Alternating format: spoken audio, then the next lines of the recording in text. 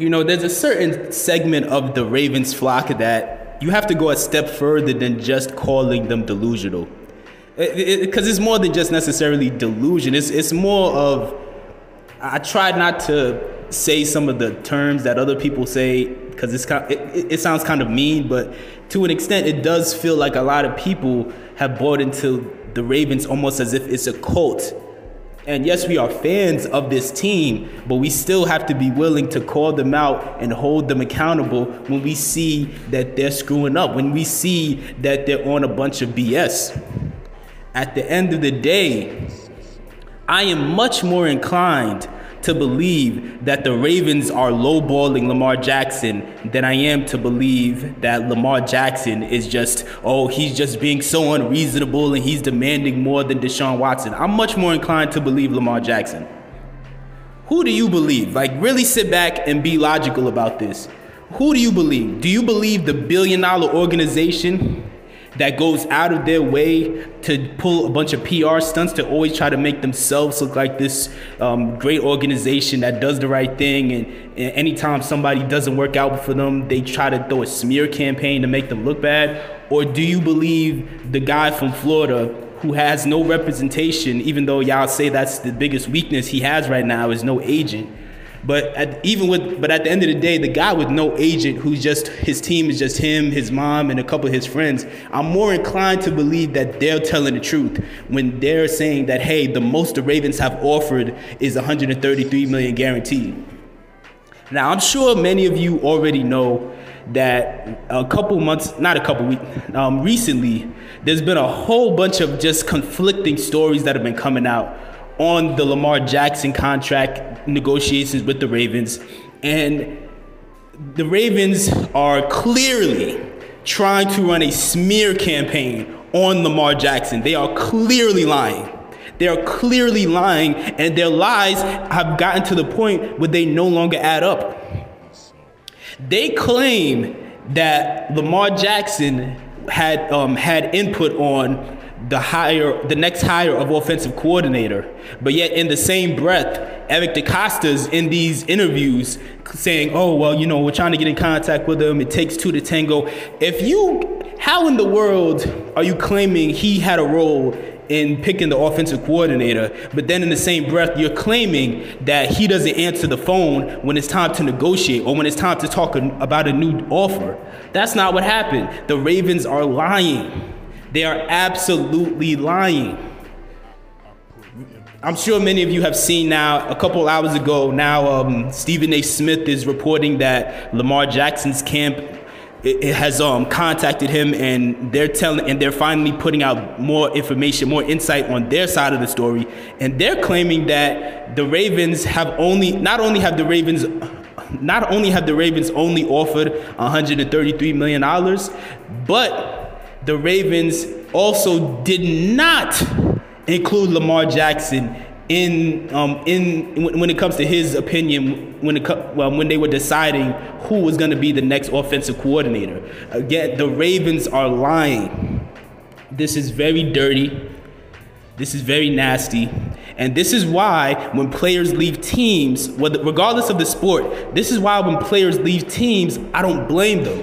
You have a lot of dumbass fans who, whenever a player, whether it's football or basketball, whenever a player decides to go somewhere else, whether it's for the money or for a championship or just to be treated better, whatever, whenever a player decides to up and leave, y'all want to talk about loyalty. Y'all want to talk about, that person's disloyal, how he this and that and third. But when these teams, when these organizations blatantly do things that show they're not loyal to the player, that show they don't respect the player, the first thing y'all want to do is y'all want to talk about business. Y'all don't want to talk about loyalty when the team is on some BS. But I want to talk about loyalty when a player is choosing to stand their ground and not take any type of disrespect, or choosing to walk away and go somewhere where they could get a better deal. I can't wrap my head around that. I really can't wrap my head around that. I really don't. Will Lamar and the Ravens come to a deal? I believe they will. I'm hoping they will, obviously. You know, I'm a Ravens fan, so obviously I don't want to see Lamar go to another team because, like many of you, well, not everybody in the Ravens flock, but like many of you listening, you and I believe Lamar Jackson has a massively high ceiling. But the biggest thing that's been holding Lamar Jackson back, ironically enough, has been the Ravens. They keep putting out this, it's clear as day that the Ravens didn't really want to win this whole time. Because if they did, they would have done what the Eagles did. You had Lamar on a 5-year rookie contract. You had him for 5 years on a rookie deal, paying him next to nothing relative to the value he was bringing to your team. Literally saved Harbaugh's job, literally saved everybody's job, literally brought this team back to relevance in a day and age where we were going nowhere fast. And it's laughable how many people try to get amnesia and act as if that wasn't the case. Prior to Lamar, we missed the playoffs 4 years in a row, and Lamar's rookie season, when he wasn't the starter yet, when we still had Joe Flacco stinking up the joint, we were about to miss it a 5th year in a row. This dude single-handedly came back in and brought us back to life and made us relevant again. And y'all want to act like this dude is just some disposable player who's just a guy who you can replace in the snap of a finger. That's not how that works. That's literally not how that works. The Ravens, again, just because you're a fan of a team doesn't mean you can't be a straight shooter when it comes to these type of topics. The Ravens are the most coddled organization in the NFL. I mean, when it comes to the mainstream media's coverage of them, they are the most coddled organization in the NFL by a landslide. You're constantly hearing these media pundits gaslight people into thinking that the Ravens are this well-oiled machine that always do the right thing, when that's clearly not really the case. Now, am I saying it's a full-blown poverty franchise? No. But what I am saying is that clearly this team is, with the way they operate, they're just another team. Like it doesn't mean we don't have the capacity to be special. Again, we now, for the first time in our franchise's history, have a true franchise quarterback. Joe Flacco was never that. I did a video about that like 2 years ago telling y'all Lamar surpassed Joe Flacco a while ago. It's not even up for debate. It's laughable to me that people even want to talk about it, though. Joe Flacco at his best was mediocre. I repeat, let it breathe. At his best, Joe Flacco was mediocre.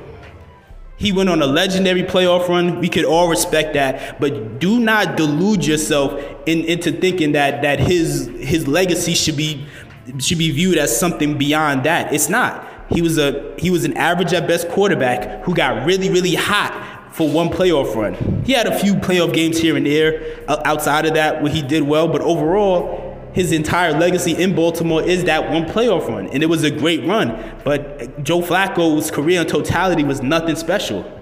He was far more inaccurate than Lamar Jackson. He couldn't win as many games as Lamar Jackson. There was a point, obviously, where he had better weapons than Lamar Jackson, and he still could only get so far. And ironically enough, the Ravens didn't even want to pay him either. The Ravens have a history of wanting to lowball players. That's just what it is, especially offensive players. They don't want to pay them, especially somebody at the caliber of Lamar Jackson. Listen, Lamar Jackson it's not up for debate. I'm not debating with anybody else on this anymore, man. Lamar Jackson is the best quarterback in the NFL besides Pat Mahomes. You are not telling me any differently. Joe Flacco is good. I mean, Joe Burrow is good, but guess what? He has 3 elite receivers, a decent enough tight end, a decent enough running back. He's playing on a better team that makes him look better than what he is. Josh Allen is an inconsistent stat pattern who his receivers make him look better than what he is. We saw what Josh Allen was. The last time Lamar and Josh Allen were on a level playing field when it comes to the talent around them at receiver was their first 2 seasons. And in their first 2 seasons, Lamar Jackson was MVP and was breaking countless records, and Josh Allen was looking like a bust, barely squeezed into the playoffs, lost, couldn't complete 60% of his passes, and was wildly inaccurate. It is what it is. I'm not debating with people about this anymore. If your name's not Pat Mahomes, don't talk to me about any other quarterback being in the same universe as Lamar Jackson. Lamar has constantly overachieved despite how many people doubt him. Which is why it's mind-blowing that the Ravens are trying to throw away you're trying to throw away a once-in-a-generation player as if he's just another guy who's expendable and can be replaced at the snap of a finger, and that's not reality. And Ravens fans need to really be careful what they ask for, because they're so quick to believe the BS PR smear campaigns the Ravens are putting out about Lamar to turn them against him. They're so quick to believe it, and they're so quick to try to say, we could go get a bounty of picks for him. He's not worth this trouble. Okay, be careful what you ask for. Be very careful what you ask for, because it's not going to be funny when you let Lamar go to a team like the 49ers or the Jets or the Vikings or the Raiders or the Dolphins, or you name the team. There are countless teams right now that either have no quarterback or their quarterback situation is in limbo, but they have everything else that you could want, including real weapons on offense and a better offensive coordinator. Now, granted, I'm not saying, I don't know what Todd Monken is going to be just yet, but I'm talking about in reference to what Greg Roman was, obviously. I still think this deal can get done. I'm still hoping this deal can get done. But I think this makes the Ravens look very bad. And again, I'm tired of seeing certain people in the media coddle the Ravens and act as if they're this angel franchise that always does the right thing. No, they lowball people all the time. Their entire mantra, listen, the Ravens' entire mantra when it comes to the offseason and getting players, what do they always say? Right player at the right price. That sounds cute till you take a second to step back, think about it, and then you realize that what they're really saying is, hey, we're trying to lowball these people. It is what it is, man. I'm starting to see a lot of people are finally starting to see through the Ravens, see through their front office and the BS that they're trying to pull. But it still seems like there's a lot of people that they're quick to give the Ravens the benefit of the doubt and just assume that Lamar's the problem. But was Lamar the problem when he saved your season in his rookie year? Was Lamar the problem when he spent the past 4.5 years as a starter carrying a subpar offense that without him, they can't even score 13 points on a consistent basis? Was he the problem then? But no, he's the problem now, because you know daggone well that you need to offer him a fair amount of guaranteed money, but you don't want to do it. So you want to put out lies claiming that he wants more than Deshaun Watson. Now, I'm sure everybody wants more than Deshaun Watson. I'm sure if you ask Joe Burrow, Jalen Hurts, anybody else, I'm sure if you ask them, of course they want more than Deshaun. But that doesn't automatically mean that that's what Lamar's demanding. And it also now makes sense when there were other rumors coming out saying that the Ravens and Lamar, they were $100 million apart in negotiations. Now it makes more sense when you realize that they're claiming Lamar wants $230, but Lamar is stating or claiming that they've only offered him $130. If they offer Lamar $200 million guaranteed right now, I'm positive Lamar will take it. And Lamar deserves that. People that keep trying to bring his durability into question, it's laughable. At the end of the day, Lamar even though he's had bad injury luck the past 2 years, he's a durable player. They keep trying to create this false equivalent where they're saying, they're trying to correlate him running with, he's injury prone, and that's not reality. In reality, the only time we've ever seen Lamar get hurt is when he's in the pocket, because for the past several years, our offensive line has been mediocre. Now, in the case of this past season, I don't think our O-line was necessarily that bad, but they struggled in pass protection more than they did run protection. But the season before that, when he got hurt, they were completely trashed that year, man. They gave up like 58 sacks. We gave up the third most sacks in the NFL Only the Bears and I think the Lions gave up more sacks than us that year. We were terrible. But at the end of the day, if people aren't going to question Josh Allen's durability when Josh Allen is clearly a 10 times more reckless runner than Lamar Jackson, I don't want to hear people talk about Lamar Jackson's running and acting as if Lamar can't have a long career, because Lamar is an elite passer.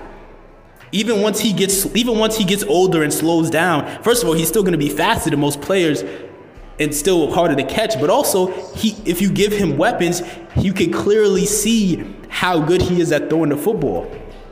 People that try to say that you could just casually trade Lamar for Justin Fields, like, those people to me are a joke. No offense to Justin Fields. He's doing his best. He's trying. The Bears are a mess. I get it. But Justin Fields is not in the same universe as Lamar Jackson, dog. Because on top of the fact that, yes, Lamar can run, he's the greatest dual threat quarterback we've ever seen. He's doing countless highlights every week. Besides that, Lamar has excellent throwing abilities, regardless of what y'all want to say about him. There's only one quarterback to complete over 85% of their passes in the same game that they threw for 400 plus yards, and that's Lamar Jackson. There's only one quarterback who in 2019 broke the record for highest completion percentage by a 21-year-old quarterback, and that's Lamar Jackson. There's only one quarterback for the Ravens in the 21st century who's even had a game where they've thrown for over 400 yards, and that's Lamar Jackson. This shouldn't even be a debate. But you're constantly seeing this nonsense. At the end of the day, this past year, the receivers on the Ravens, if I'm not mistaken, they dropped about 7.9, either 7.9 or 8.4% of the passes Lamar threw. And last year, they dropped like 7% of the passes Lamar threw. So the past several years, the point I'm trying to make is the past several years, Lamar, out of all starting quarterbacks, has had the highest rate of his passes, highest percentage of his passes dropped by receivers. And yet Lamar still has a higher career completion percentage than Josh Allen, than Baker Mayfield, than several quarterbacks. But yet y'all still want to act like he's not worth the money and as if you can't build a team around his arm. You absolutely can.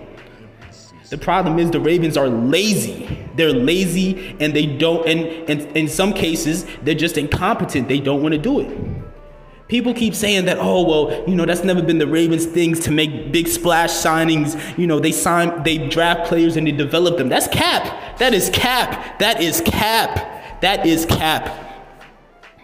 Because when it's time to make a big splash play on a big splash signing or trade on defense, the Ravens do it time and time again. They will not hesitate. They didn't hesitate with Earl Thomas. They didn't hesitate with Roquan Smith. They will not hesitate. They will not hesitate on that side of the ball. So, of course, as many of you have probably seen in my other videos, I've taken a lot of shots at defense. And it's not because I hate defense. My favorite player was Ray Lewis. That's how I became a Ravens fan. It's not that I actually hate defense, but I'm going so hard against the grain because of the fact that you have a lot of Ravens fans who refuse to accept that you have to put that same level of effort into the offense in 2023. You can't sit around and think that you're going to have this 2000 mindset of, yeah, man, we're just going to have a garbage offense where we just run the ball, and then we're going to have an elite defense who's going to carry us to a Super Bowl. That's not going to work. I don't know if y'all paid attention or not, but the only other team that had as bad a receiving core as us in the playoffs this year was the Giants. And when they went out there, even though they did sneak out a win against Kirk Cousins with his choking self, they snuck out a win against him. But when they went up against a real team like the Eagles, what happened? The final score was 38-7. They could not score. Their elite defense didn't matter. They could not score, and they could not stop an elite offense. So again, people like me keep going so hard for the offense because when I look at Lamar Jackson and what he's already accomplished, the records that he's already accomplished that in some cases will never be broken. it makes you just say, look, man, why not go above and beyond to add fuel to the fire to get him as many weapons as possible? We could do it. There's nothing stopping us.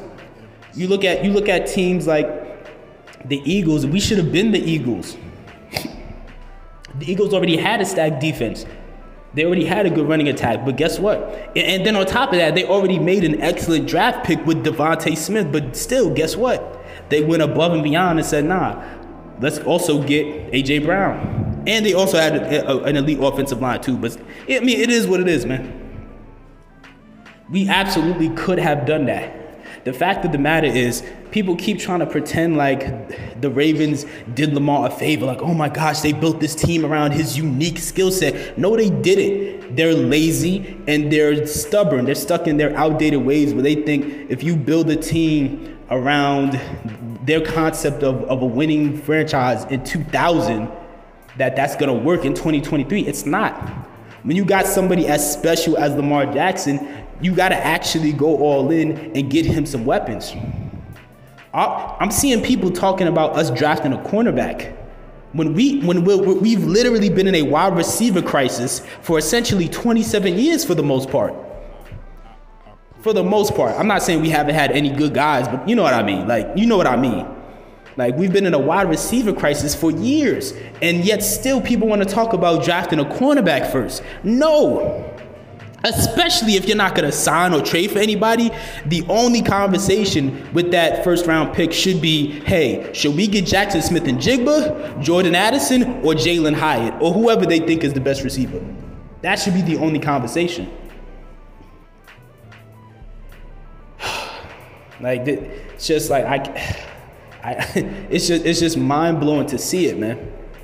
You don't want to see things get this ugly when it doesn't have to go this way. The Arizona Cardinals clearly don't like Kyler Murray as a person, but yet they still have enough respect for him as a player, and they still have enough understanding of how valuable getting a franchise quarterback is to where they still gave him all the money he asked for. Even with his agent, before the deal was done, going on social media and telling the world what they wanted from the Cardinals, which I've never seen anything like that. And they still got what they wanted. Russell Wilson is a shell of himself, still got what he wanted. Lamar Jackson hasn't even hit his prime yet, and he is still constantly overachieved and exceeded expectations, and it's like a struggle for him to get his money. In what universe does that make sense, man? I don't understand. I just don't understand. Let me know what your thoughts are in the comment section below. Do you believe that the Ravens are lying? Or do you believe that Lamar's lying? Or do you believe that they're both lying and maybe the truth is somewhere in the middle? Do you think that they're going to sign Lamar or get rid of him? I think they're going to sign him, but still, you know, what do you think is going to happen? Let me know in the comment section below.